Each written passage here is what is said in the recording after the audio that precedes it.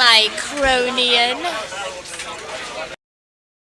The Breaux Show is filmed before absolutely no audience whatsoever.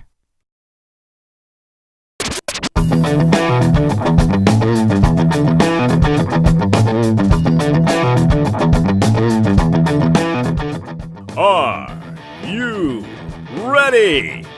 It's time for the hype of the night, the Breaux Show! And now, here's everybody's favorite two-stepping host, Michael Breaux!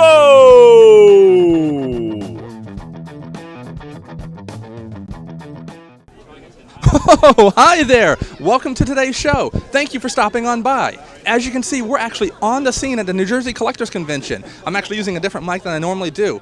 This is a great convention. This is the third time I've been here, and it's a lot of fun. They have everything from a costume contest that we'll check out in a little bit. We even did a unique 2-minute toy review for this week's show, so we'll check that out in just a sec.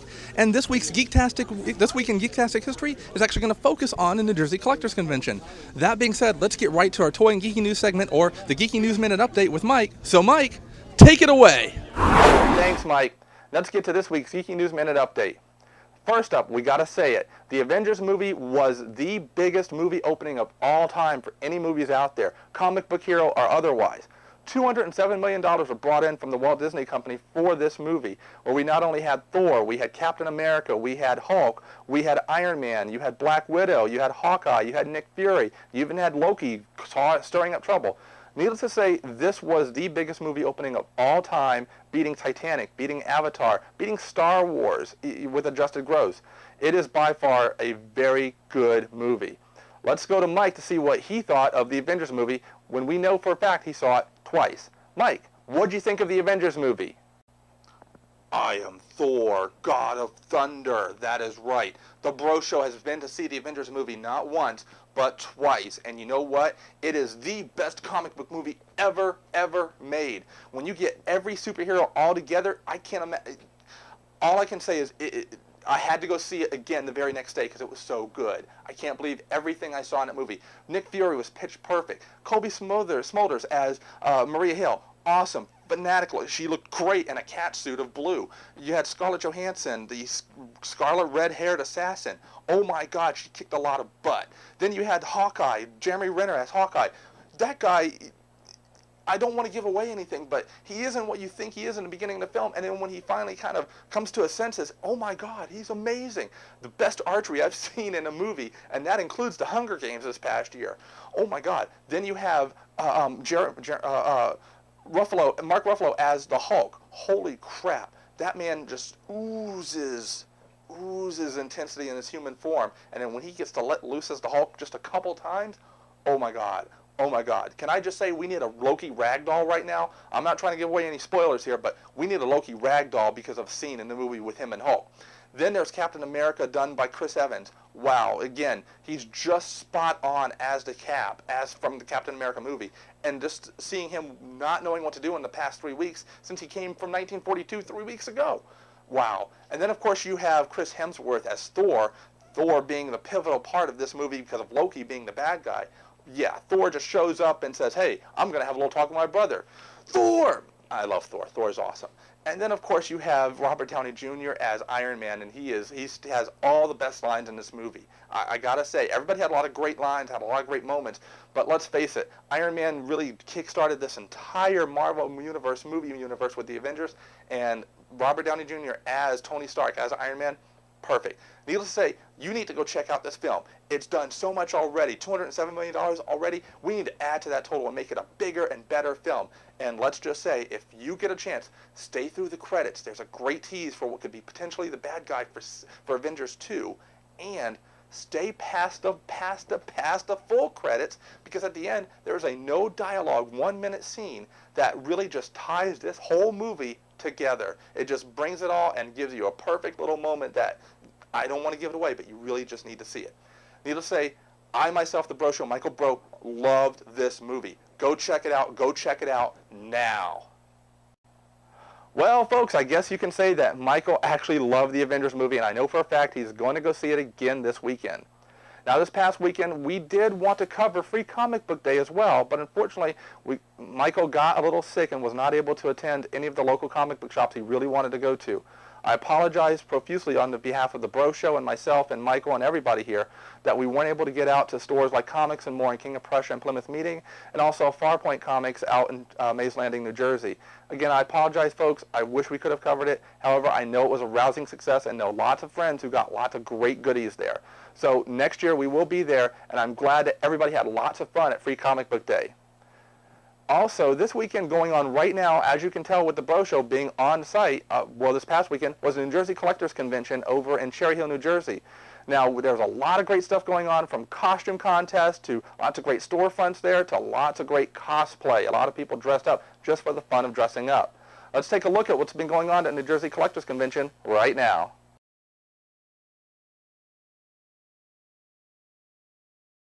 On May 6th, 2012, the New Jersey Collectors Convention held its 4th biannual get-together at the Holiday Inn in Cherry Hill, New Jersey. This time around, it was all about toys, and more toys, with new and old alike, along with some pretty keen customs, too. There was also a great costume contest as well, so let's get inside and take a look. In the showroom were more tables than the last show, with sellers having everything from micro-series Star Wars to Morkin Apocalypse, to, of course, Transformers and G.I. Joe. Also being shown were exclusive toys to certain shops, like the Carbonite Darth Vader and Boba Fett for DroReproParts.com, and a custom Junkion head that will be sold by MegaToyFan.com at a future convention later this year. Most notably in the customs department was a huge display of Biohazard Vipers and their lab, along with multiple HISS tanks in the same style. Some of these tanks were even given away as door prizes to a lucky few. Of course, no NJCC is complete without some amazing cosplay. On hand were Cosmos, Cobra Commander, the Ninth Doctor, Snake Eyes and Storm Shadow, even Spike and Sparkplug. There was also a costume contest to see who had the best look. Let's listen in for the winner. We're going to give first place to Cosmos, but we're going to redo the other prize. Okay. Congrats to Cosmos cosplayer Connie for winning. As the day wrapped up, pictures were taken and toys were bought. Another successful and fun NJCC comes to a close as we look forward to the next one. Wow, that looks like a lot of fun. And you know what? Here at the Geeky News Minute Update with Mike here as your reporter, we really want to get back to the New Jersey Collectors Convention. So, Mike, back to you. Thanks, Mike. All right, folks, now this week's 2-minute toy review is actually going to focus on a cool 70s toy. And I've got my good friend Kevin actually helping me out. You're actually going to see me on camera for the 2-minute toy review, which is unusual. So let's take a look at the Starbird Starship right now. All right, folks, now as you can see, we are doing a 2-minute toy review with me actually in front of the camera. This is a first because we're actually at the New Jersey Collectors Convention.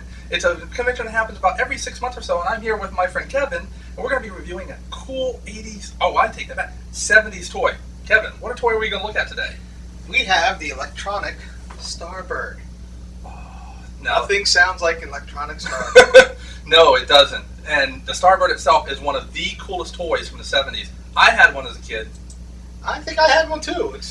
And our friend who's letting us borrow this for the review, he had one as a kid. I mean, this is a great toy. So let's bust this open and take a look at it. Wow. That is cool. What do you remember this, Kevin? All the noises it made. The noises? What noises does it make? Oh, I gotta push the buttons. Where's the button? See, now we have to find it because we haven't had a chance to play with it yet. Oh, that's just the on switch at the bottom there. There it is. Now notice it does make the noise as it goes up, and then as it goes down. That is cool. It also fires. That great 70s sound. If you were a kid from, that watched Star Wars or Star Trek, this was the toy that you just didn't know. Now I'm going to turn this off so we don't have to talk over it. There we go. But it also, if I remember correctly, came apart. So you actually had a dock and you could see into a sticker.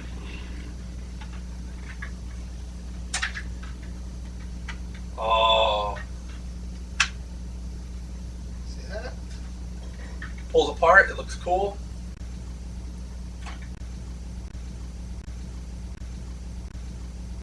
That's right. See, we forget some of these things too. We've got 2 starfighters here. Very integrated toy here that they made in the 70s.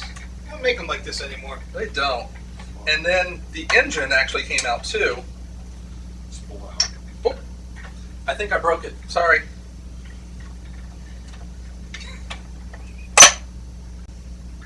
And you can make your own escape ship, leaving just the hull behind, and it's just drifting in space. Text message. Wow. The ship just made a transforming sound because Kevin's phone sent a text message that said, wow, we just mixed the 80s and 70s. We're that cool. What else we got on here? We got turret. We also have a rotating turret that surprisingly looks like the Death Star. I was going to say it looks like R2-D2. It It looks like an R2 unit inside of an X-Wing. Yes. Oh, man. This is just a cool toy. This one is actually in remarkably good condition, too, with just minor yellowing. However, I think the coolest part, and we had it up here earlier, is just look at the artwork on the box itself. I personally think that this is one of the coolest pieces from the 80s. I think it has better artwork than what you saw in a lot of toys, I'm sorry, from the 70s, than a lot of 70s toys. I mean, even Star Wars toys just had pictures. This is actual artwork that was commissioned for it. Yeah, that's right. There was a Star Command base there. So Kevin, if you could own this toy again, would you? Probably. Probably? Oh, yeah. Now, I'll be honest with you, we don't know what the actual value of this is outside of the market right now, but if you can find it at a really good price, our friend actually got it for a good price. I want to say under 50. I don't want to give exactly how much he paid for it, but if you can find it for around that price, it's well worth it to add to your collection, especially a child of the 70s or the 80s or the 90s, or if you think you're cool because you're from the 2000s. That's it for this week's 2-minute toy review. Again, this is Mike. This is Kevin. Thanks for watching. Go back on to the Breaux Show. Mike, take it away. Wow, what a really cool little starship. I mean, it is a cool toy, and even the fact that it makes sounds going up and down and separates in so many different pieces, it's just really cool. We'll be right back after this. This week in Geektastic History. This week in Geektastic history, the Battle of Ninja Brothers resumed. On May 6, 2012, while attending the NJCC in Cherry Hill, New Jersey, G.I. Joe member Snake Eyes was met with fury, the fury of Storm Shadow. After battle, though, they made up and became brothers in arms once again. This week in Geektastic History. All right, folks, it looks like the show is winding down here at New Jersey Collectors Con. It's been a great day. We had a great costume contest. We had a great review with Kevin here for the Starbird. You know what? I saw a lot of great stops here set up as well and bought a few things myself. I'll feature all their links that I have met today on the site and on the YouTube page. Make sure to check them out. Also, Mark Bellamo is here, so check out his book as well. That's it for this week's show. Remember, have fun, have a great day, and as always, everybody, rock on, everybody.